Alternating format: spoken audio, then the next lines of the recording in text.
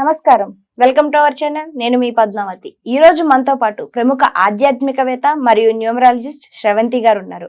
ఆవిడతో మాట్లాడి మరిన్ని విషయాలు తెలుసుకునే ప్రయత్నం చేద్దాం. మీరు కూడా చూసేసి. నమస్కారం మేడం. నమస్తే అమ్మా. మేడం, యాక్చువల్ గా మనము గ్రహాల అనుకూలను బట్టి మన జాతకంలోని జాతక చక్రంలోని ఏ విధంగా మార్పులు ఉంటాయి అనేది మనం చూసుకుంటూ ఉంటాం. అయితే మొదటిగా మనం ఈ రోజు మాట్లాడుకోబోయేది గురుగ్రహం గురించి. అయితే గురుగ్రహం ఏ ఇంట్లో ఎలా ఉంటే ఎవరికి ఏ అనుకూలలు ఎలా ఉంటాయో అనేది తెలుసుకునే ప్రయత్నం చేద్దాం. అయితే మొదటిగా మొదటి ఇంట్లో ఉంటే గనక వారికి ఏ విధంగా ఉంటుందంటారు? నేను సమగ్రంగా రాసుకొని వచ్చాను, మీకు చెప్తాను. అంటే ఏ ఇంట్లో ఉంటే ఎలా ఉంటుంది, దానికి తగ్గ రెమెడీస్ ఏం చేసుకోవాలో కూడా చెప్దాం మనం. అంటే మీకు జాతక చక్రంలో గనక లగ్నం లో గురువు ఉంటే ఫస్ట్ హౌస్ లో ఉన్నట్టు అనమాట. ఇంగ్లీష్ లో గనక ప్రింట్అవుట్ తీసుకుంటే ఏఎస్ అని ఉంటుంది. ఓకేనా? అప్పుడు ఏంటి అని అంటే ఫస్ట్ హౌస్ లో ఉంటే గనక చాలా మంచి ఉన్నతమైన చదువు వస్తుందట వీళ్ళకి. అలాగే ఎప్పుడు కూడా హెల్దీగా ఉంటారట. అలాగే ఎనిమీస్ అంటే అస్సలు భయం ఉండదంట వీళ్ళకి. ఓకే, 8th ఇయర్ అంటే ఎప్పుడైనా కూడా గవర్నమెంట్ నుంచి హెల్ప్ జరుగుతూ ఉంటుంది అనమాట. అది చిన్నప్పటి నుంచి కూడా హెల్ప్ ఉంటూ ఉంటుంది వీళ్ళకి. అలాగే ఎర్నింగ్ కూడా 24 ఇయర్స్ నుంచి స్టార్ట్ అయిపోతుంది.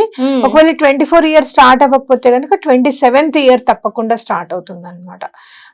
కాకపోతే ఒకవేళ లగ్నంలో గనక శని కూడా ఉంటే గనక, గురువు ప్లస్ శని ఉంటే గనక హెల్త్ ప్రాబ్లమ్స్ వస్తాయి అని అంటున్నారు. అలాగే ఒకవేళ జూపిటర్ తో గనక రాహు కలిసి ఉంటే, గురువుతో గనక రాహు కలిసి ఉంటే గనక చాలా ఇబ్బందికరమైన పరిస్థితులు ఉంటాయి తండ్రికి అని చెప్తున్నారు అనమాట. కాబట్టి అలా ఉంటే గనక రెమెడీస్ కూడా ఉన్నాయన్నమాట. ఆ రెమెడీస్ ఏంటనేది కూడా చూద్దాం. ఇప్పుడు ఏంటి అని అంటే మెర్క్యూరీకి సంబంధించింది, అలాగే శుక్రుడికి సంబంధించినవి, అలాగే శనికి సంబంధించినవి కూడా ఏవైనా పరిహారాలు చేసుకుంటూ ఉండడము. మెర్క్యూరీకి సంబంధించినవి అంటే పశుపక్షాదులని ఇష్టంగా చూసుకోవడం. అలాగే శుక్రుడికి సంబంధించింది అంటే సుగంధ ద్రవ్యాలు ఇంట్లో వాడడము, అలాగే సుగంధ ద్రవ్యాలు అంటే పర్ఫ్యూమ్స్, జవ్వాది అవన్నీ వాడడము అలాంటివి. అలాగే సాటర్న్ కి సంబంధించినవి ఏవి అంటే యాచకులకి ఎప్పటికప్పుడు దానం చేస్తూ ఉండడం, అంటే గుళ్ళకి కూడా వెళ్తూ ఉండడం అనేది చాలా మంచిది. అలాగే గోమాతలకి అంటే ఆవులకి ఫీడ్ చేయడం, భోజనం పెట్టడం కూడా చాలా మంచిది. అలాగే ఒకవేళ సాటర్న్ కనుక 5th హౌస్ లో కూడా ఉంటే, జూపిటర్ కనుక ఫస్ట్ హౌస్ లో ఉండి సాటర్న్ 5th హౌస్ లో ఉంటే కనుక తన పేరు మీద ఇల్లు ఉండకుండా ఉండాలట. అలాగే ఎటువంటి పరిస్థితుల్లోనూ సాటర్న్ కి సంబంధించినవి అంటే మేకలు అవి ఇతను వెళ్ళి కొనకూడదు అనమాట. ఇంట్లో వాళ్ళతో ఎవరితో అయినా కొనిపించాలి. ఒకవేళ సాటర్న్ కనుక 11th హౌస్ లోను 12th హౌస్ లోను ఉంటే కనుక నాన్ వెజ్, ఎగ్స్ తో సహా ఖచ్చితంగా మానేయాలి అని చెప్తున్నారు. అలాగే ఎప్పుడు కూడా నోజ్ కి అంటే ముక్కు పుడక పెట్టుకోకూడదుట, సిల్వర్ ది పెట్టుకోకూడదు అని చెప్తున్నారు. ఓకే, గోల్డ్ ది పెట్టుకోవచ్చు కానీ సిల్వర్ కి సంబంధించినవి ముక్కు పుడక లాంటివి పెట్టుకోకూడదు, అంటే ఆడవాళ్ళు అనమాట, పెట్టుకోవద్దు అని చెప్తున్నారు. ఇది ఫస్ట్ హౌస్ వాళ్ళు చేయాలి. ఓకే, అయితే మొదటి హౌస్ లో ఉన్న వాళ్ళకి మరి ఫలితాలు అనేవి ఈ విధంగా ఉండబోతున్నాయి. మరి రెండో ఇంట్లో ఉండే వారికి ఏ విధంగా ఉంటుందంటారు? రెండో వాళ్ళకి ఏంటి అని అంటే వీళ్ళు చాలా తన సహోదరులతో గాని లేకపోతే దగ్గరున్న వాళ్ళు చాలా అట్రాక్ట్ అవుతారంట వీళ్ళకి. అలాగే వీళ్ళు అంటే ఒక 30% కష్టపడ్డారు అనుకోండి, 70% రిటర్న్ వస్తాయి వీళ్ళకి, అంటే లక్కీగా ఉంటారు అని చెప్పుకోవచ్చు. అలాగే భర్త ఉంటే కనుక భార్య మంచి ఆవిడ వల్ల చాలా మంచి పేరు ప్రఖ్యాతులు రావడం కానివ్వు, లేకపోతే భర్త వల్ల భార్యకి పేరు ప్రఖ్యాతులు కానీ అవడం అనేది జరుగుతుంది. వీళ్ళు ముఖ్యంగా ఇంపార్టెంట్ గా వీళ్ళు నోట్ చేయాల్సింది ఏంటి అంటే చారిటీకి డొనేషన్స్ అవి ఇవ్వడం అనేది చాలా మంచిది. అలాగే పాము పుట్టులో గనుక పాలు పోస్తూ ఉంటే కూడా చాలా మంచిది. అలాగే ఏవైనా రోడ్ సైడ్ మనం చూస్తూ ఉంటే గుంటలు ఉంటూ ఉంటాయి, అవును, ఆ గుంటలు ఎవరు పూడ్చరు. అట్లాంటి గుంటలు గనక వీళ్ళు పూడ్చేస్తే కూడా వీళ్ళకి చాలా మంచి జరుగుతుంది. అంటే అర్థం ఏంటి, మేము గుంటలు పూడ్చాలా అని కాదు, నువ్వు అయ్యో వాళ్ళు పడిపోతారేమో అని చెప్పి ఎప్పుడైతే నువ్వు అదే ఎవరైనా పడిపోకుండా సెక్యూర్ చేస్తే కనుక నీకు అది మంచిది. అంటే ఎప్పుడు కూడా అవతల వాళ్ళ మంచి గురించి ఆలోచించాలి అనేది మనం ఇక్కడ తెలుసుకోవాలి. అది అయితే రెండో ఇంట్లో ఉండే వారికి ఈ విధంగా ఉండబోతున్నారు. అయితే వారికి మరి పరిష్కార మార్గం కూడా చెప్పారు చాలా చక్కగా. మరి మూడో ఇంట్లో ఉండే వారికి ఏ విధంగా ఉంటుందంటారు? మూడో ఇంట్లో ఉంటే గనక వాళ్ళు చాలా బాగా చదువుకుంటారు, రిచ్ అవుతారు, గవర్నమెంట్ ద్వారా వీళ్ళకి బాగా కలిసి వస్తుంది. ఒకవేళ గనక వేరే వేరే ప్లానెట్స్ తో ఉంటే గనక దాని పరిహారాలు ఇప్పుడు చేసుకుంటే సరిపోతుంది. వేరే ప్లానెట్స్ తో ఉంటే గనక ఇవి సరిగ్గా జరగకుండా ఉండొచ్చు. ఆ వేరే ప్లానెట్స్ ఏమున్నా కూడా, అంటే రాహు కానివ్వు, లేదు అంటే గనక మళ్ళీ శుక్రుడు కానివ్వు, ఇలా కలిసి ఉంటే గనక జూపిటర్ ఇవ్వవలసినవి ఇవ్వలేకపోవచ్చు. కాబట్టి అప్పుడు ఏం చేయాలి అంటే దుర్గా అమ్మవారిని పూజించాలి. ఎలా పూజించాలి? ఆవిడకి తప్పకుండా స్వీట్స్, పళ్ళు అనేది తప్పకుండా సమర్పించాలి. ఆ సమర్పించినవి చిన్న పిల్లలకి, ఆడపిల్లలకి, చిన్న వాళ్ళకి ఎవరికన్నా కూడా ఇవ్వడం అనేది చాలా మంచిది.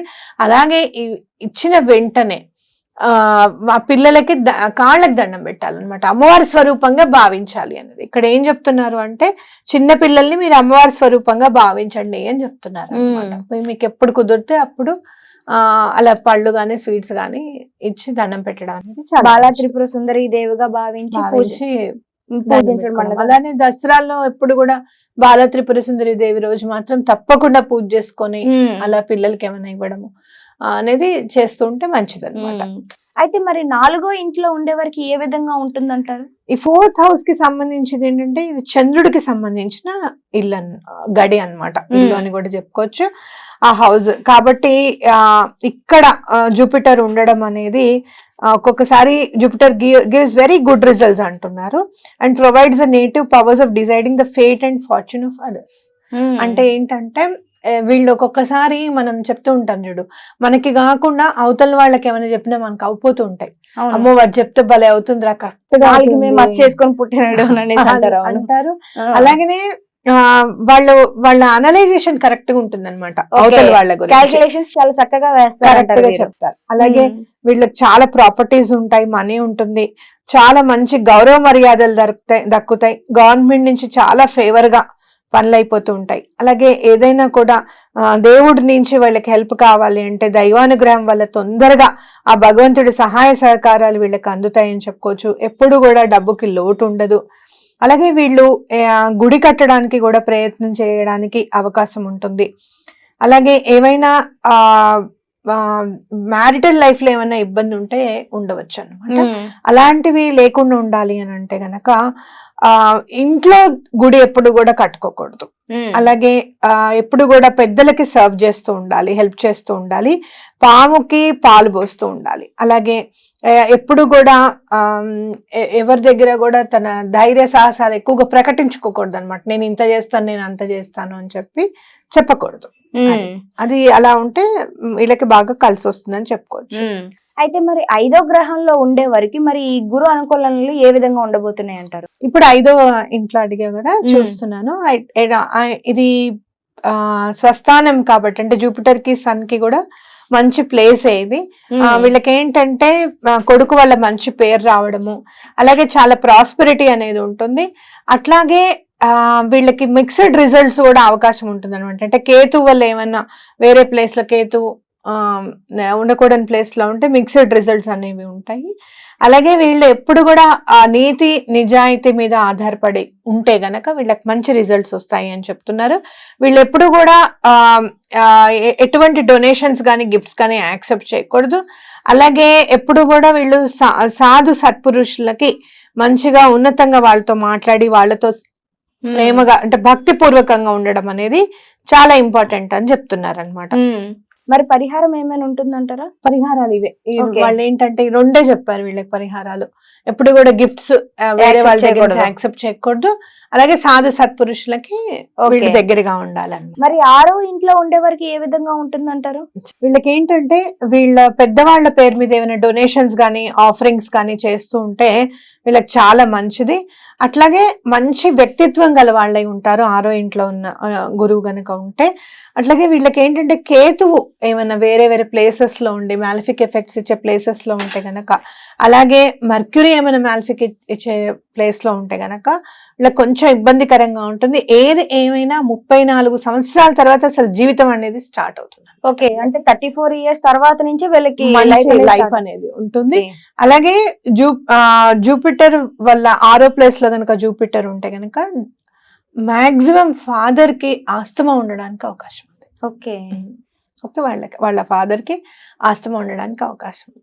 కాబట్టి ఇక్కడ ఏంటి మనం చూసుకునేది రెమెడీస్ ఏమి చేయాలి అంటే గనక ఏవైనా కూడా గురువుకి సంబంధించిన గుడిలో గనక ఏమైనా ఇస్తే చాలా మంచిది, ఆఫరింగ్స్ చేస్తే మంచిది. అలాగే కాకులకి ఏమన్నా పెడితే మంచిది అన్నమాట. అట్లాగే వీళ్ళు ఎప్పుడు కూడా బ్రాహ్మణులకి అంటే గుళ్ళ పూజారి ఉంటారు కదా, వాళ్ళకి తప్పకుండా వీళ్ళు ఏదో ఒకటి పంచలో లేకపోతే ఏదో ఒకటి దానం చేస్తే చాలా మంచిది అన్నమాట. ఓకే, మరి 8వ ఇంట్లో ఉండేవారికి ఏ విధంగా ఉంటుందంటే చెప్తాను. ఇదేంటంటే చాలా మిక్స్డ్ రిజల్ట్స్ ఉంటాయి అన్నమాట. లక్ ఉంటుంది, మ్యారేజ్ అవుతుంది కరెక్ట్ గా, రిలీజియస్ వర్క్స్ లో బాగా తిరుగుతూ ఉంటారు, మంచి గుడ్ రిజల్ట్ వస్తుంది. ఎప్పుడు కూడా మంచి పిల్లలు కూడా చక్కగా పుట్టడానికి మంచిగా వీళ్ళు ఏంటంటే ఆస్ట్రాలజీ చదవడానికి కూడా చాలా అవకాశం ఉందన్నమాట వీళ్ళకి. ఓకే, అలాగే వీళ్ళు ఎప్పుడు కూడా బ్రదర్స్ నుంచి సపోర్ట్ కోరుకుంటూ ఉంటారు, వాళ్ళకి వస్తుంది కూడా. కాకపోతే ఫాదర్ తో కొంచెం డిఫరెన్సెస్ ఉంటాయి. ఎప్పుడు కూడా బట్టలు దానం చేస్తే వీళ్ళకి మంచిది. ఇప్పుడు వీళ్ళు చేసే రెమెడీస్ ఏంటంటే శివుణ్ణి ఎక్కువగా పూజిస్తూ ఉండాలి, అలాగే పెద్ద పెద్ద విగ్రహాలు లాంటివి ఇంట్లో పెట్టుకోకుండా ఉండాలి. అలాగే ఎల్లో కలర్ క్లాత్ ఎప్పుడు కూడా వీళ్ళ చెంతనే ఉంచుకోవడం అనేది చాలా మంచిది, కర్చీఫ్ పెట్టుకుంటే సరిపోతుంది. అలాగే ఎప్పుడు కూడా సాధు సంతులకి వాళ్ళ దగ్గరే ఉండిపోదాం, వాళ్ళ దగ్గరే ఉండి చేద్దాం అనేది ఉండకూడదు అనమాట. వాళ్ళకి ఏమైనా చేయొచ్చు కానీ వాళ్ళతోనే ఉండిపోతాము అనేది కరెక్ట్ కాదనమాట. అది అయితే మరి 9వ ఇంట్లో ఉండే వారికి ఏ విధంగా ఉండబోతుంది అంటారు ఫలితాలు? కొంచెం బ్యాడ్ రిజల్ట్స్ అయితే వీళ్ళకి వస్తాయి. కాకపోతే ఏంటంటే ఎప్పుడు కూడా నిజం చెప్పడానికి అనేది ప్రయత్నం చేస్తూ ఉంటారు. మంచి ఉన్నతమైన అంటే చాలా డబ్బున్న ఇంట్లో పుట్టి ఉంటారనమాట వీళ్ళు. ఎప్పుడు కూడా మరి అలా ఇచ్చినందుకు భగవంతుడికి ప్రతిరోజు గుడికి వెళ్ళాలట వీళ్ళు. అలా చేస్తే చాలా మంచిది. ఆల్కహాల్ అస్సలు తీసుకోకూడదు. అలాగే రైస్ ఉంటుంది కదా, బియ్యంని నదిలో పారే నదిలో గనక వేస్తే వీళ్ళకి చాలా బాగా కలిసి వస్తుందని చెప్పచ్చు అనమాట. మరి 10వ ఇంట్లో ఉండే వారికి ఫలితం ఏ విధంగా ఉండబోతుంది అంటారు? వీళ్ళకి మిక్స్డ్ అంటే 10th ప్లేస్ లో ఇట్లా ఉంటే ఇది మనం చెప్పడానికి ఉండదు. ఎందుకంటే మిగతా ఉన్న గ్రహాలన్నీ కూడా వేరే వేరే ప్లేసెస్ లో ఉంటే వేరే వేరే రకాలుగా ఉండడానికి అవకాశం ఉంది అని చెప్తున్నారు.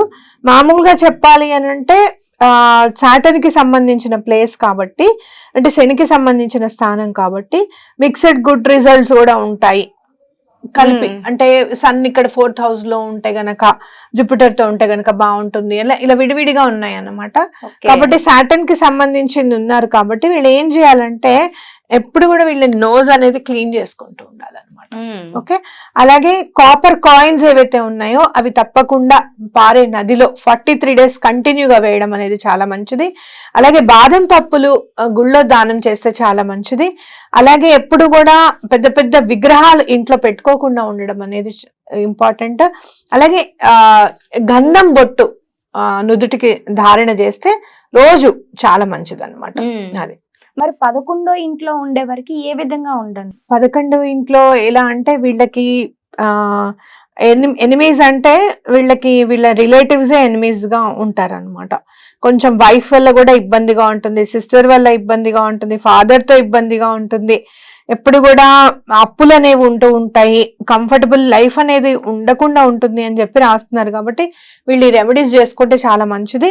ఎప్పుడు కూడా బంగారం వేసుకొని ఉండాలి. మా దగ్గర ఏముందండి అని అంటే 1 గ్రామ్ బంగారం అన్నా కనీసం ఏదో ఒకటి ధారణ చేయడం అనేది చాలా ఇంపార్టెంట్.